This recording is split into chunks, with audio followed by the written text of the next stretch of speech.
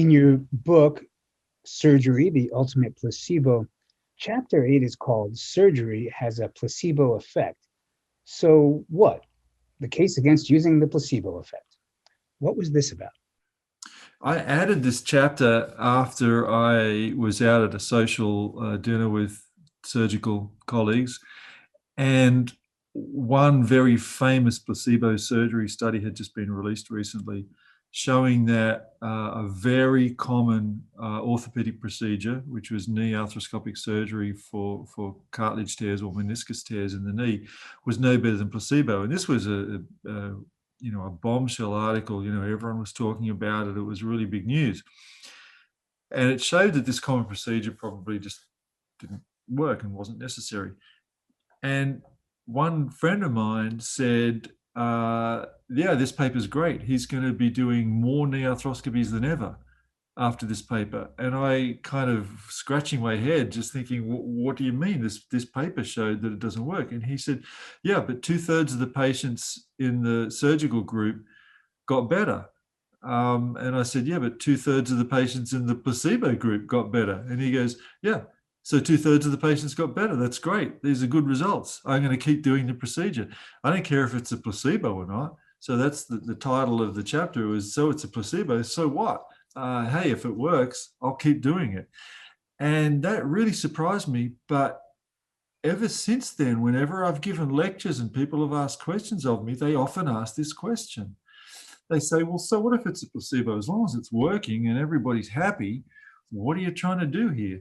And that really kind of shocked me. So I had to go away and think about what's wrong with that. And so I point out that there's several things wrong with that. One is that it's unscientific, it's deceptive. We're either fooling ourselves or fooling the patient into thinking the procedure works. It costs a lot of money. I mean, surgery is not a placebo pill. Surgery is a major procedure and it also carries risks. So we're harming people. We're costing the system and the patient a lot of money. We're fooling ourselves. And the other thing that I say is that as soon as we embrace the placebo as a reasonable treatment, then as medical practitioners, we have removed the only real barrier that exists between mainstream medicine and alternatives to medicine.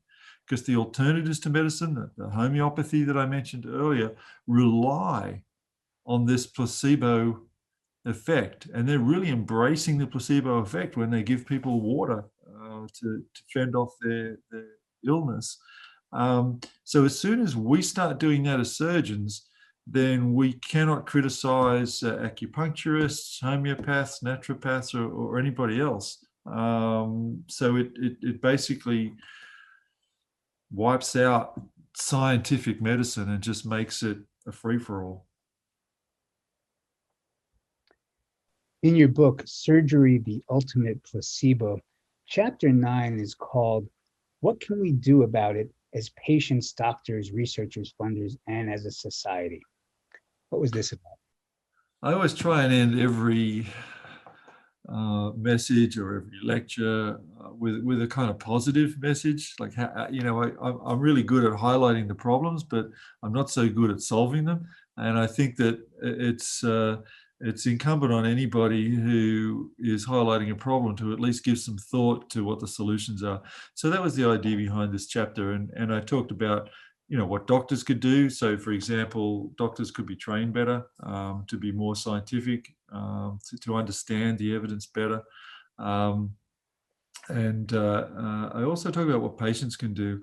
And this, again, is another very common question I get when I give my lectures and talks, is what questions should the patient be asking? What can the patient do to not be operated on unnecessarily? The first thing I like to do is say that the public should be more scientific. There should be more scientific training, not just of medical practitioners, but of everybody. Everybody at school should be taught a little bit more about critical thinking and logical flaws and what's wrong with the way science is done sometimes and how could it be done better. But specifically, when a patient has a problem that they go and see a doctor, the questions that they can ask their doctor are many, but the core question they should really be asking is, what evidence is there that doing this operation on me is better for me than not doing the operation? Now, that sounds like a super simple question. Like, that's a question you shouldn't even need to ask. That's like basic thing, but it's often not asked and it's often not stated by the surgeon. It's often kind of like, well, you've got a tear in your meniscus. You can see here on the scan, there's a little tear there. So we can go in there and we can cut out that loose tear. And that sounds great. It sounds, it sounds like it might be a good idea, but nobody is discussing the alternatives of not doing the operation. And if the surgeon said, well, we could do an operation where we go in there and cut out that meniscus, but you're no more likely to be better in 6 weeks or 6 months than if we don't do it. So therefore, I don't think you should have it done. That bit often doesn't follow. And so it's up to the patient to say, oh, okay, doc, you're recommending a knee arthroscopy on me. Tell me, what evidence do you have that having that knee arthroscopy is better for me than, on average, than not having the knee arthroscopy? And then they'd be forced to sort of think about it. Why did you write the book Surgery, the Ultimate Placebo? A surgeon cuts through the evidence. What was this about? Yeah, that's a good question. I have been, lecturing and researching on the effectiveness of surgery and the effectiveness of medicine for a while, but mainly communicating with other practitioners. And there's a whole lot of people out there, I'm not alone, who are preaching the problems of too much medicine, of over-treatment that occurs within medicine, and wasted medicine where we're doing what we call low-value care, procedures that have very little yield but cost a lot of money.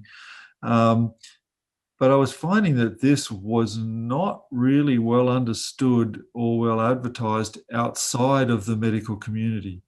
So one of the reasons I wrote the book was to get the message out to a wider audience. So it's aimed at everybody. It's not aimed at doctors, although doctors probably are the ones that most commonly read it, and certainly it's also aimed at them, but it's written in a way that the general public would find it an easy read. I've taken all the technical stuff out of it. And so I'm trying to broaden the audience for this kind of message. Which surgeries do you believe have the least evidence for their effectiveness? There's a lot of surgeries, and probably about half of the surgeries that are done in the world don't have very good evidence that they work. But some very common ones would be, I think that spine fusion surgery is probably overdone. It's very common surgery. It's certainly not the most common surgery done, but it's very common. It's particularly common in the US. And not only is it fairly common, it's very expensive. So it's probably one of the most expensive common surgical procedures, partly because of the scale of the surgery. It's quite a big operation, but also the cost of the devices and implants that are inserted. They cost many tens of thousands of dollars per case. So you're looking at, procedures that cost upwards of $100,000. So this is a very expensive procedure, and the evidence for it in fixing people with chronic back pain is not very good at all. But I think there's lots of other, perhaps smaller procedures and cheaper procedures and probably safer procedures. But I often highlight that one because this is a really big, risky procedure. There's a lot of blood loss associated with a lot of complications. It's a huge expense to society, and it's something we really don't have good evidence for.